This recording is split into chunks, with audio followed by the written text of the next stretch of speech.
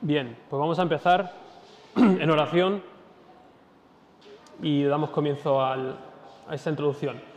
Voy a orar. Padre amado, gracias por esta preciosa mañana y gracias también por la oportunidad de poder reunirnos como hermanos en Cristo, y gracias también, Señor, porque es un privilegio, Señor, el poder abrir tus escrituras y dejar que nos hablen a nosotros. Así que, Señor, ayúdanos, guíanos, fortalécenos a medida que leemos tu palabra. Gracias por todo, Padre. Te lo pedimos en el precioso nombre de Jesús. Amén. Bien, pues como introducción a Apocalipsis, vamos a hacer una introducción no al libro de Apocalipsis, no lo malentendáis, es una introducción al género literario apocalíptico, que es diferente, ¿vale? Entonces, creo que si pudiese resumir o si pudiese ilustrar el género apocalíptico, lo ilustraría como las hamburguesas modernas de hoy en día. ¿Has visto estas hamburguesas modernas que tienen huevo, le echan un montón de salsa encima? Tienen muy buena pinta, pero no sabes exactamente cómo cogerlas. Y el género apocalíptico pasa lo mismo. Es muy apetecible a las personas, pero no saben realmente por dónde cogerlas y cómo comérselas. Entonces, la gran pregunta es ¿cómo leemos el género apocalíptico? Y quiero hacer tres cosas. Número uno, voy a decir las tres Cs del apocalíptico. Quiero hablar de coartadas, de razones por las que no leemos o predicamos el género apocalíptico, las características del género apocalíptico y algunos consejos a la hora de leer el género apocalíptico. Así que para empezar, y utilizando este micrófono para que os escuchen las personas. Esto no tiene pilas, no sé si puedes ver si... Bien, entonces, para empezar, quiero vuestra contribución, ¿vale? Bien, coartadas, razones por las cuales no leemos el género apocalíptico. ¿Qué os intimida del género apocalíptico? ¿Por qué os cuesta leerlo, estudiarlo, hablar de ello? Vuestra contribución. ¿Qué son limitaciones o cosas que os limitan a la hora de leer, aplicar, estudiar el género apocalíptico? ¿Qué se os viene a la cabeza? Parece que está en otro lenguaje. Bien, parece que está en otro lenguaje, ¿no? Es un lenguaje foráneo. Entendemos las palabras, pero no sabemos realmente lo que están diciendo las palabras, ¿no? Bien, parece otro lenguaje. ¿Qué más? ¿Qué otras cosas os impiden? Puedes dar el micrófono a las personas que quieran responder, para que los que escuchen el audio puedan escucharos también. ¿Qué os limita leer o estudiar o enseñar el género apocalíptico? ¿Qué cosas? Lenguaje foráneo. Irene, otra vez. No pasa nada. O sea, yo he escuchado a mucha gente decir que es un libro que no es para nosotros, que es como algo que, bueno, no me afecta algo. O sea, creo que está una opinión errónea, pero sí que lo he escuchado mucho. Esto es para quien le pille. Bien, entonces este libro realmente no es para nosotros. Uno, o es para gente en el futuro, o dos, fue para las personas que recibieron esta carta de Juan. Bien, ¿qué otras razones hay para que os impide leer, estudiar, enseñar el género apocalíptico? ¿Qué otras cosas os intimidan?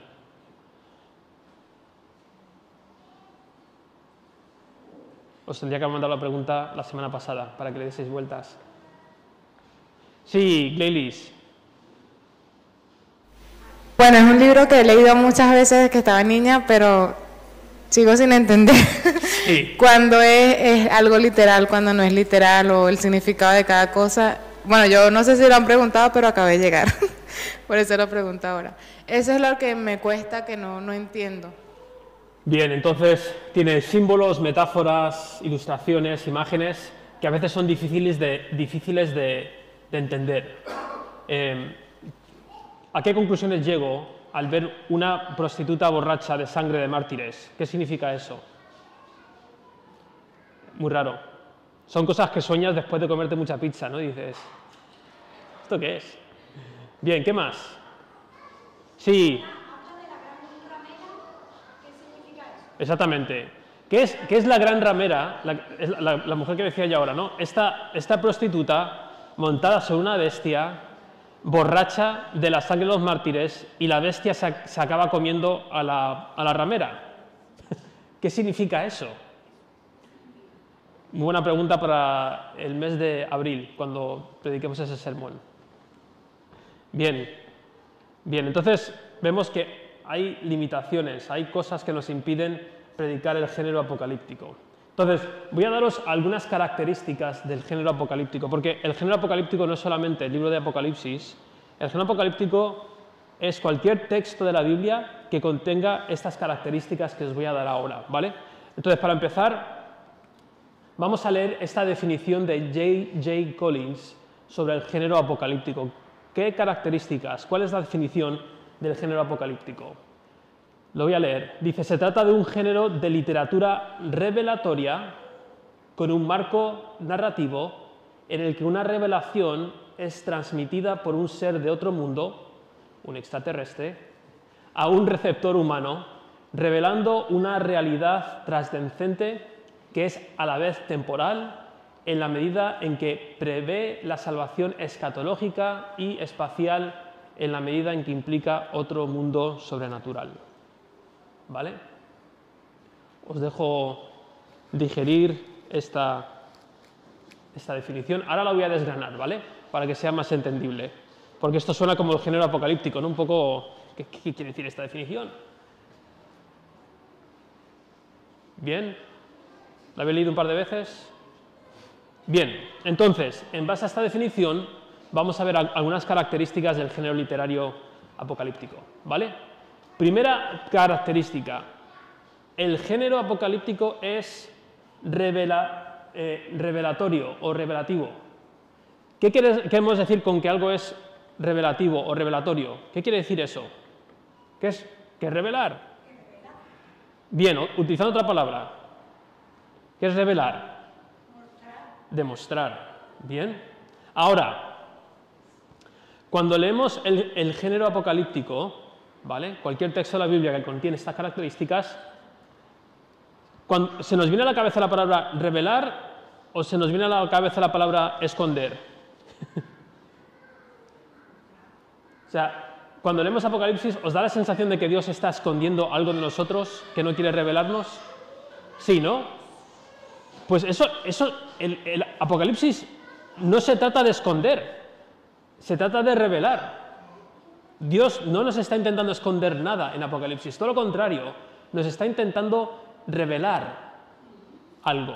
Entonces, la naturaleza de Apocalipsis no es Dios jugando al escondite con nosotros, es Dios revelándose a sí mismo a través de imágenes, ilustraciones muy llamativas para ser consolados, ¿vale? Entonces, incluso, ¿cómo empieza Apocalipsis? Empieza con la revelación de Jesucristo.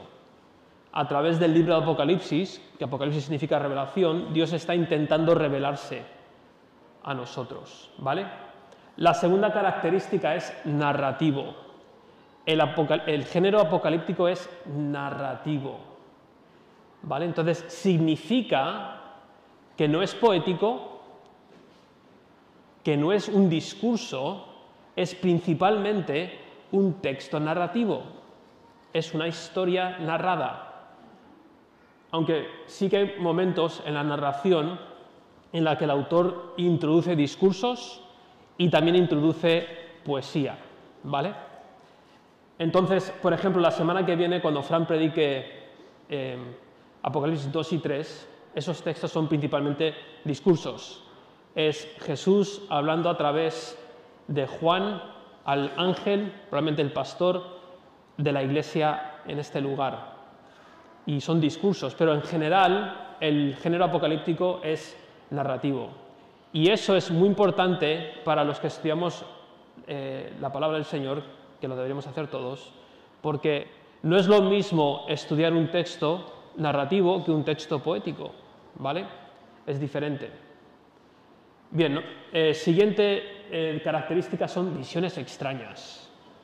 Contiene visiones extrañas con figuras e imágenes espantosas. Ya hemos hablado de la ramera borracha, que es un jinete montado sobre una bestia, y llega un momento en que esta ramera, esta prostituta borracha, acaba siendo comida por la propia bestia. O sea, qué imagen más potente, ¿vale? Ahora, el propósito de esa imagen no es esconder nada, ¿vale? El propósito de esa imagen es revelar algo, y es la ironía detrás de esa imagen, ¿no? Por ejemplo, cuando un jinete está montado sobre un caballo, ¿quién tiene el control? ¿El jinete o el caballo? El jinete, ¿no? En este caso, la ramera borracha por la sangre de los mártires acaba siendo comida por la bestia sobre la cual está montada. La ramera está utilizando la bestia, que en el libro de Apocalipsis son reinos y naciones, para destruir a la iglesia. ¿Y quién acaba siendo destruida? La ramera. ¿A través de qué? La bestia, las naciones. Entonces, muestra la ironía de cómo la mujer que está utilizando la bestia para acabar con los mártires acaba siendo destruida por la misma bestia. Y demuestra ironía. Entonces, Juan, a través de la inspiración del Espíritu Santo, podría haber dicho: Iglesia, no os preocupéis, al final aquellos que os están martirizando van a acabar siendo destruidos por naciones, por las propias naciones que ellos gobiernan, ¿no? Podría haberle dicho de esa manera: Iglesia, no os preocupéis, ahora mismo estáis siendo perseguidos por estas personas que se están emborrachando de vuestra sangre, o sea, están martirizándolos, pero no os preocupéis, un día esas personas van a acabar siendo destruidas precisamente por estas naciones que ellos controlan. Ahora, ¿cuál es la imagen más potente? ¿Lo que acabo de decir ahora o la imagen de la ramera borracha sentada sobre una bestia? ¿Qué imagen tiene más potencia? ¿Qué creéis? La imagen, ¿no? La imagen tiene más potencia, porque es muy visual y es muy potente. Entonces, pensad en Apocalipsis de la misma manera que pensáis en las diferentes formas en las que podemos leer una historia, ¿vale?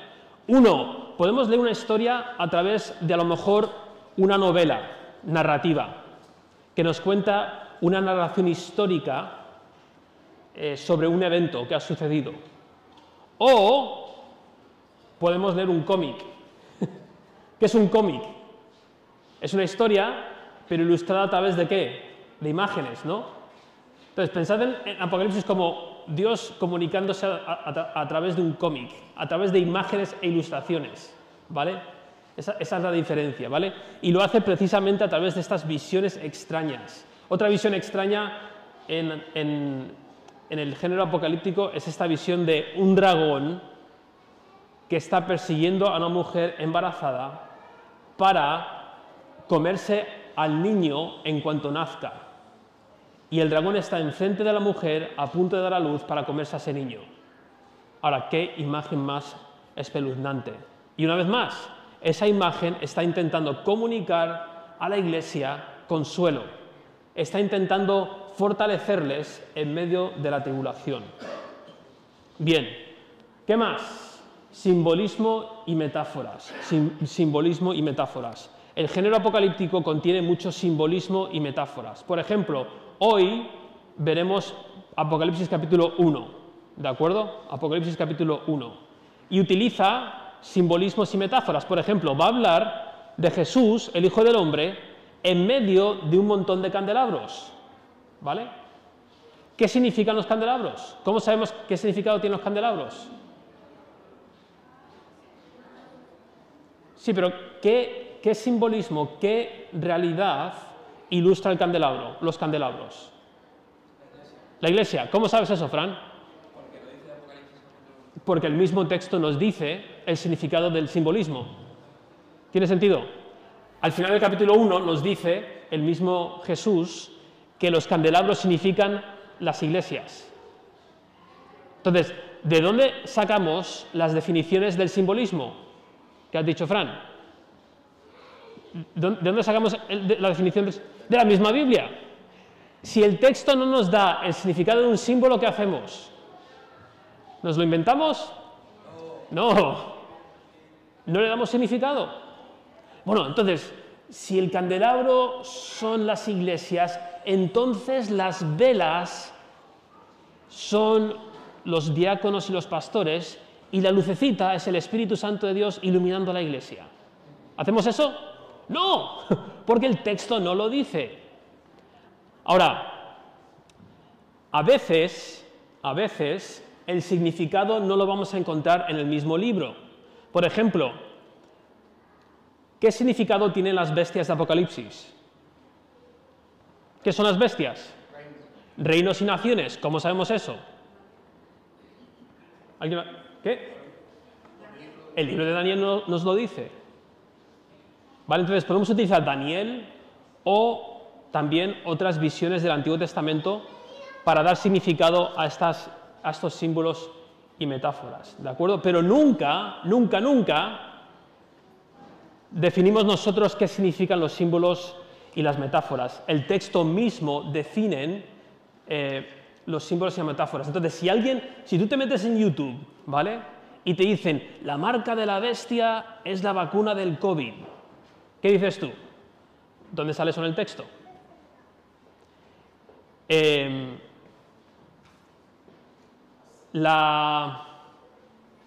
anticristo es tal persona.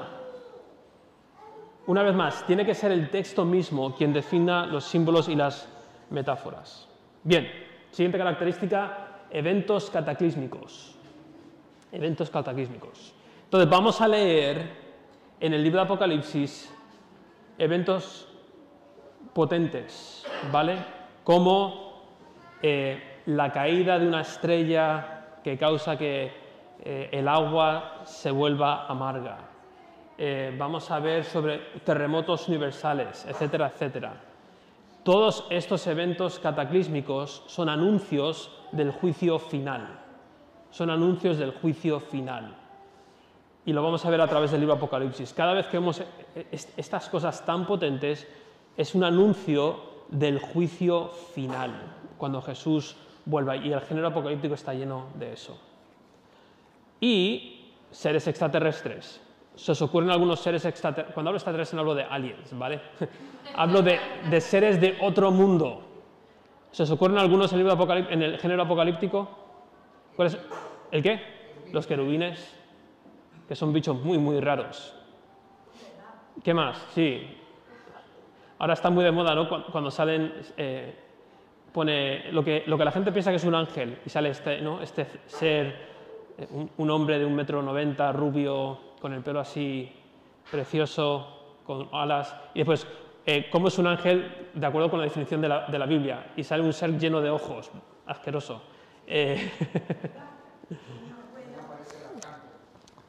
Las 4 criaturas enfrente del trono, parece la película de Monsters, no de Pixar, o sea, es increíble. Bien, entonces, basado en estas características, ¿qué textos de la Biblia encajan con estas características? ¿Qué libros o textos de la Biblia encajan con estas características?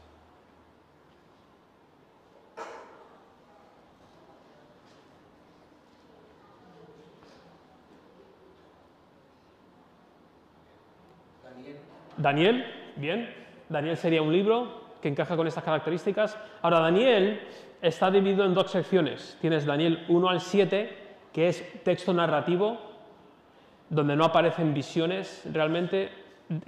Describen visiones, pero es principalmente historia de la vida de Daniel. Pero a partir del capítulo 7 hasta el final, hasta el 12, sí que vemos más visiones como estas. Entonces, Daniel encajaría en lo que es el género apocalíptico. ¿Qué más? Obviamente, ¿cuál? Apocalipsis, bien. ¿Otro texto de la Biblia que encaje con estas características? Mateo 24. Bien.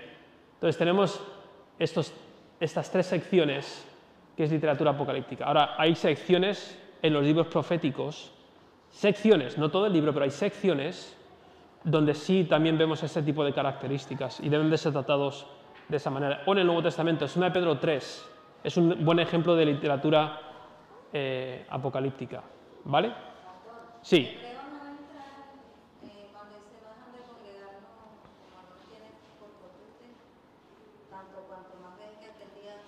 Claro, buen punto. Entonces, un texto que hable de la segunda venida no es necesariamente apocalíptico, ¿vale? Eso sería género epistolar. Es una epístola, es una carta escrita a una iglesia, pero no contiene estas características. No hay visiones extrañas, no hay simbolismo, metáforas. Es una exhortación a la gente a, oye, congregaros porque Jesús viene pronto, ¿vale? Pero muy buena pregunta, muy buena pregunta. Bien, ahora, ¿qué consejos tenemos que... quiero daros unos consejos para leer este género apocalíptico, ¿vale? Bien, en primer lugar, sé consciente de tu marco de referencia. Tu marco de referencia es cualquier prejuicio o cualquier cosa que tú traes al texto, ¿vale? Cualquier cosa que tú traes al texto. No tiene que ser algo necesariamente malo, pero es una predisposición o algo sí, un prejuicio que tú tienes sobre algo, ¿vale? ¿Cuál podría ser un marco de referencia que podríamos traer al género apocalíptico? Ok, un ejemplo sería... damos por hecho que determinadas señales tienen un significado determinado, ¿vale? Entonces, si tú estás convencido de que las 10 cabezas de ese monstruo es la Unión Europea, eso va a ser un problema a la hora de leer el texto, ¿vale? Es un marco de referencia, ¿vale? Puede ser un marco de referencia político, ¿no? El anticristo es el político que más odio, ¿no? Yo odio a este político, por tanto, él es el anticristo que describe el libro de Apocalipsis, ¿no? Marco de referencia religioso. Es interesante. ¿Quién creéis, para Calvino y para Lutero, ¿vale? Calvino y Lutero, ¿quién creéis que para ellos era el anticristo de Apocalipsis? El Papa. El Papa. El Papa es el anticristo. ¿Por qué? Porque ellos están viviendo en un momento donde estaban proclamando el Evangelio, la fe protestante, y miles de personas estaban siendo perseguidas y matadas por esta mezcla entre el Estado e Iglesia católico romano. Y para ellos el anticristo era el Papa y la Iglesia católica. Ahora, si vas a Cuba, ¿aquí hay cubanos hoy? Bien, si vas a Cuba, para ellos, ¿quién es el anticristo? Raúl Castro. Indudablemente este hombre es el anticristo, está en contra de nosotros y de la Iglesia.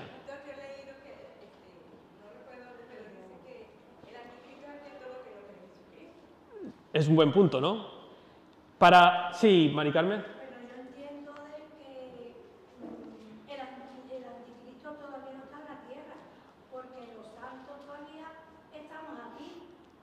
Bueno, eso es otro marco de referencia que traemos al texto. O sea, son ideas preconcebidas que tenemos sobre Apocalipsis. Damos por hecho que el Apocalipsis significa esto. Y lo que quiero deciros es que tenemos que ser conscientes de que traemos todas estas ideas preconcebidas del Apocalipsis que a lo mejor no son verdad. Que lo que tenemos que hacer es, y esto es muy difícil, ¿vale? Es muy difícil hacer esto. Llegar al Apocalipsis e intentar leerlo tal y como está, sin intentar imponer mis ideas preconcebidas. Es muy difícil hacer eso. Yo os animo a ser consciente de que vamos a traer muchas ideas preconcebidas al texto y tenemos que intentar quitarlas del medio. Sí.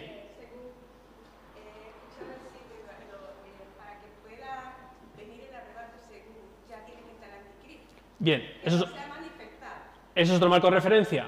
Entonces, tenemos que intentar leer el texto tal y como está, dejar que el texto hable por sí mismo. Es muy difícil, y lo estáis demostrando ahora. Es difícil porque inmediatamente se nos viene a la cabeza un montón de sermones y de cosas que hemos escuchado en el pasado, y lo que vamos a intentar hacer durante las próximas semanas es dejar que el texto hable por sí mismo y dejar que la Biblia se defina a sí misma. Sí.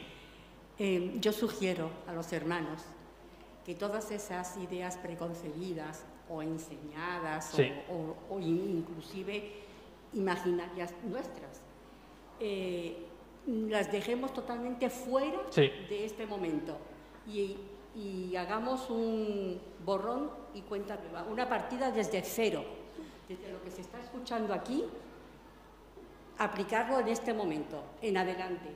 Pero todas nuestras ideas preconcebidas, casi todas, han sido equivocadas, las malinterpretamos, no podemos interpretarlas, entonces todo eso, dejarlo fuera, borrado. Y vamos a comenzar hoy, es el primer día de Apocalipsis para nosotros. Gracias. No, es muy buena idea. Entonces, esto es muy difícil, insisto. Vamos a imaginarnos que hoy es la primera vez que leemos el libro de Apocalipsis, ¿vale? Imaginaros que nunca hemos escuchado un sermón de Apocalipsis. Eso es muy difícil. Pero lo vamos a intentar hacer. Y no todo lo que hemos escuchado está mal, pero sí que puede ser un estorbo a la hora de escuchar un sermón del Apocalipsis, ¿vale? La mayoría de las ideas que tenemos de Apocalipsis tienen menos de 150 años. Quiero que recordéis eso. Si estudiamos la historia de la Iglesia, todas estas cosas que estamos escuchando ahora son muy novedosas, tienen muy poco tiempo. Entonces, os animo simplemente a, como ha dicho Victoria, simplemente intentar leerlo con ojos frescos, con una mente fresca, como si nunca lo hubiésemos escuchado, porque estas cosas pueden ser un estorbo a la hora de leer el libro de Apocalipsis, ¿vale? Bien. Trata los símbolos con cautela, lo que os dije antes. ¿Cómo definimos los símbolos de Apocalipsis? ¿Qué hay que hacer? ¿Se acuerdan? Que alguien hable. Usando el mismo libro de Apocalipsis. Sí, el libro de Apocalipsis puede ser un buen punto de referencia. Y también otros textos del mismo género literario. El libro de Daniel, textos del Antiguo Testamento, de Malaquías, Zacarías. Dejar que el simbolismo sea definido por la Biblia misma, ¿vale? Entonces, imponeros una norma. No voy a traducir un símbolo, al menos que la Biblia defina qué es ese símbolo, ¿vale? Si escucháis a cualquier persona especular sobre un símbolo, descartadlo, decir, no, este símbolo tiene que ser definido por la misma Biblia, ¿vale? Así surgen un montón de ideas muy, muy raras. Bien, entonces, tratar los símbolos con cautela, como os dije antes.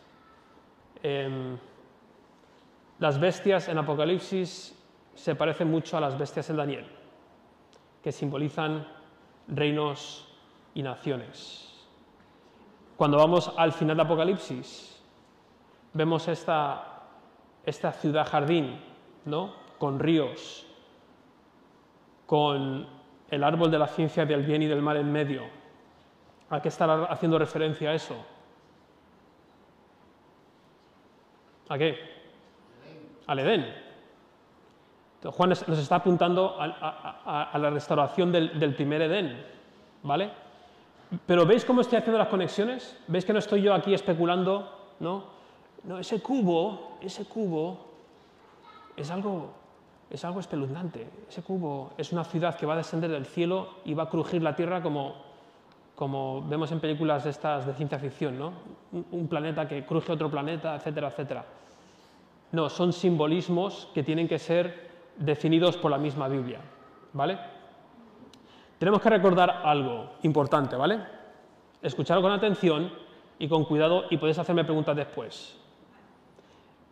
Trata el Apocalipsis literariamente, no literalmente, ¿vale? ¿Qué quiere decir eso? Os explico. Si yo leo una poesía, voy a daros un ejemplo de la Biblia. Los cielos cuentan la gloria de Dios. Ok, Escucha lo que está haciendo aquí el autor del Salmo. Los cielos cuentan la gloria de Dios. El autor de Salmos está atribuyendo características humanas al cielo, porque ¿qué está diciendo? Los cielos cuentan la gloria de Dios. ¿Está diciendo el autor literalmente que los cielos cuentan, hablan, dicen la gloria de Dios? ¿Dice eso la poesía? O sea, tú sales de noche a la calle y escuchas al cielo, al universo decir la gloria de Dios, la gloria de Dios. ¿A alguien le pasa eso? Porque si te pasa, por favor, ve al médico. No. Eso se llama personificación. Es un autor atribuyendo cualidades humanas a un objeto inanimado, ¿vale? Entonces, lo que está diciendo el autor es que cuando tú ves la creación demuestra con claridad la gloria de Dios, que hay un Dios que merece toda la gloria. Entonces, ¿qué acabo de hacer? Si yo hubiese dicho, ese texto es literal, lo que yo estaría diciendo es, este texto nos está diciendo que el cielo cuenta verbalmente, auditivamente, la gloria de Dios. Eso sí trato ese texto literalmente. ¿Pero cómo lo he tratado? Lo he tratado literariamente. Porque es un texto poético. Su género literario es poesía, y la poesía contiene personificación, que significa atribuir cualidades humanas a un ser inanimado. ¿Vale? Entonces, lo he tratado literariamente. Otro ejemplo de esto sería, por ejemplo, si vamos al libro de Proverbios, ¿vale? En el libro de Proverbios, el autor está intentando, el libro de Proverbios es poético, por cierto, el autor está intentando animar a su hijo a seguir la sabiduría, ¿vale? El padre está intentando animar al hijo a seguir la sabiduría, el temor de Jehová. La sabiduría viene a través del temor de Jehová. Cuanto más tememos a Dios de una forma filial, es decir, como padre a hijo, más sabios seremos. ¿Y qué hace el padre para animar al hijo a ser sabio? Utiliza metáforas, ¿vale? Dice, persigue la sabiduría como perseguirías a una mujer piadosa, a una mujer virtuosa, a una mujer, y nos da definiciones de esta mujer piadosa. Persigue la sabiduría como perseguirías a una mujer piadosa, y para contrarrestar eso dice, huye de la necedad como huirías de una ramera, de una prostituta, ¿vale?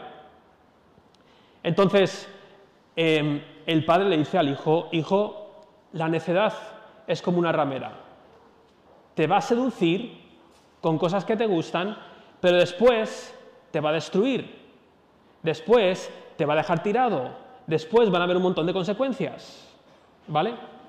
Entonces, el libro de Proverbios está hablando literalmente de una... ¿Le está diciendo el padre al hijo, literalmente, huye de una prostituta? Literalmente. ¿Le está diciendo eso? No. ¿Qué le está diciendo? ¿Huye de qué? De la necedad. Persigue la sabiduría, como esta mujer piadosa. Entonces, cuando vamos a Proverbios 61 y vemos la definición de la mujer virtuosa, ¿de qué está hablando? ¿De una mujer literal o de la sabiduría? ¿De qué está hablando? De la sabiduría. De la sabiduría. No está hablando literalmente, busca una mujer como esta, está diciendo, la sabiduría se encarna de esta manera, ¿vale? ¿Veis cómo he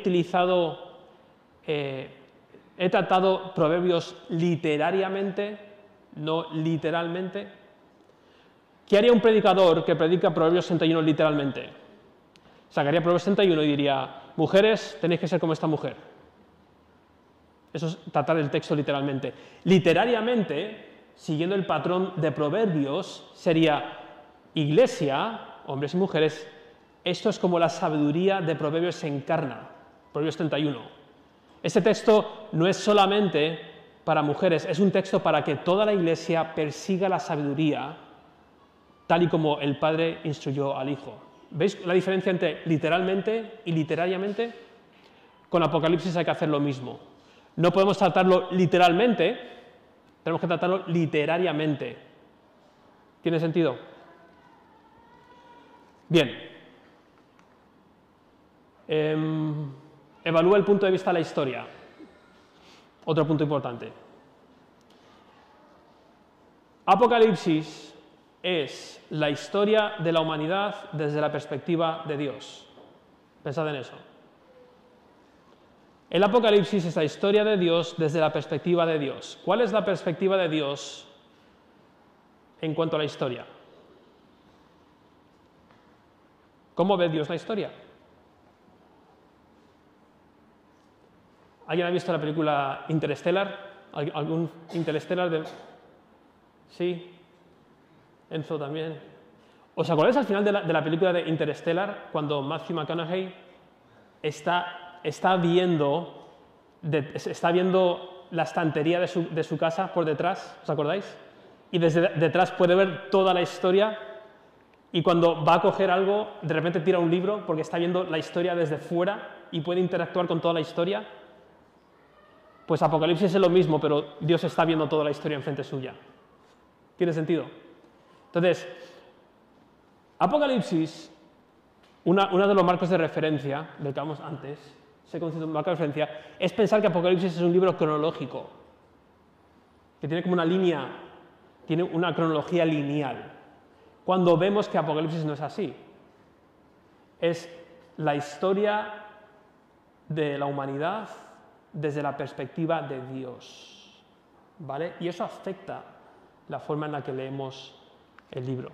Y vamos a demostrar cómo es así a medida que predicamos el libro. Recuerda también que el Apocalipsis fue escrito para 7 iglesias en Asia Menor y para toda la iglesia, ¿vale? Entonces, para Daniel, esta imagen de las 4 bestias, para Daniel, ¿cuáles eran estas bestias? Para Daniel, ¿cuáles eran las bestias? ¿Cuáles eran los reinos y naciones para Daniel? Babilonia, Asiria, etcétera, etcétera.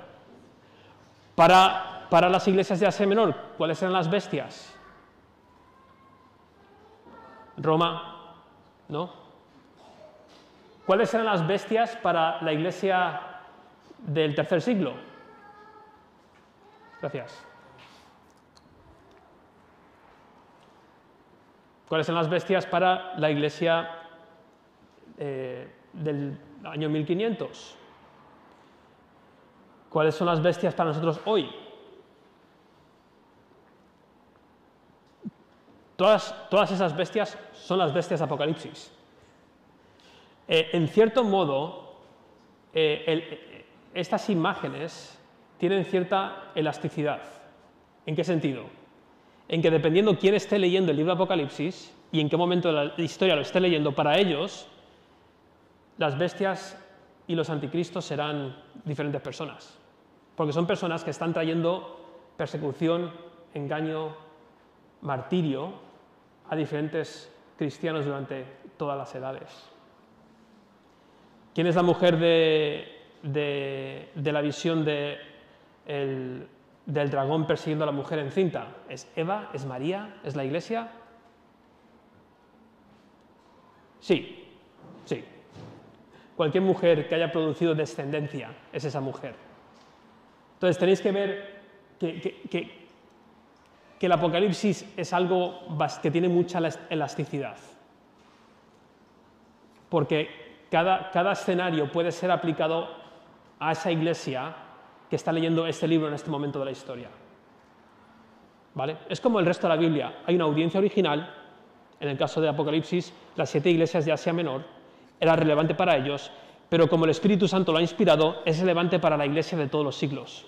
Toda la Iglesia es beneficiada por este libro y por el género literario. Entiende la macroestructura del libro. La macroestructura es cómo el libro está estructurado, cuál es el bosquejo del libro. Eso te va a ayudar a entender mejor el libro.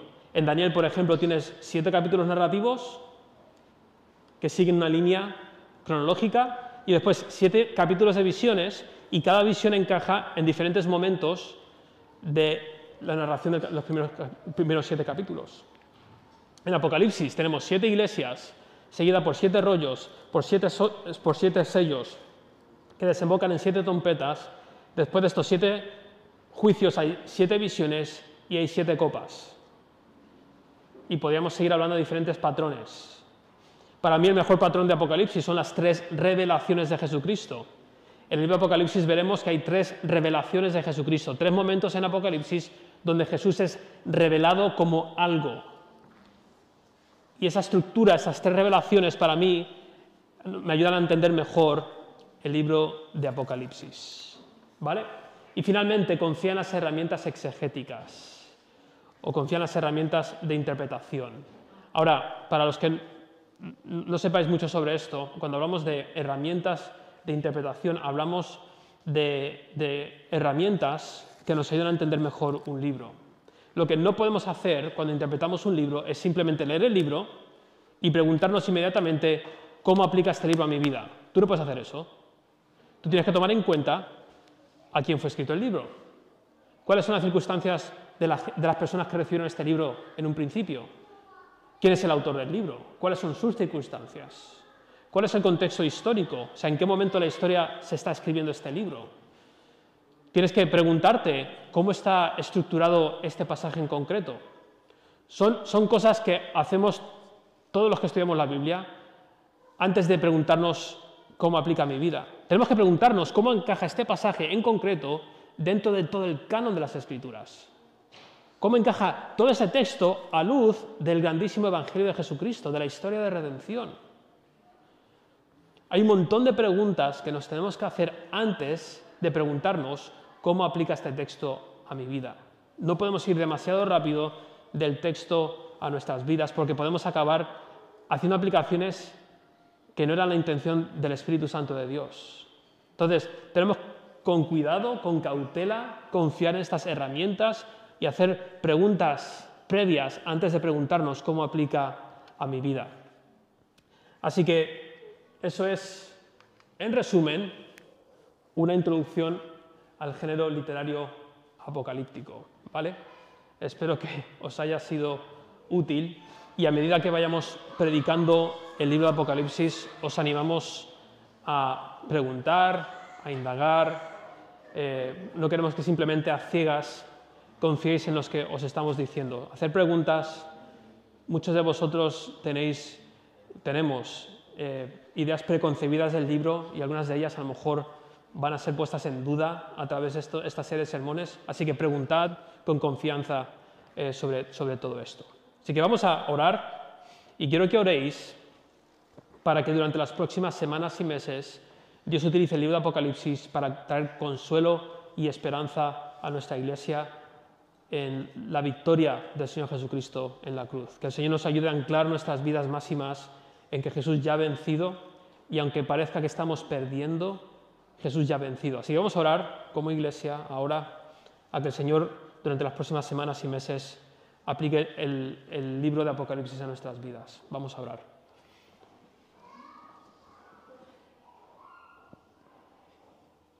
Padre amado, te doy tantas gracias por esta oportunidad que tenemos de abrir la revelación de Jesucristo a las 7 iglesias en Asia Menor y ver no solamente cómo aplicó a estas iglesias que sufrían, sino también cómo aplica esto a la iglesia de todos los tiempos y a nuestra iglesia en concreto.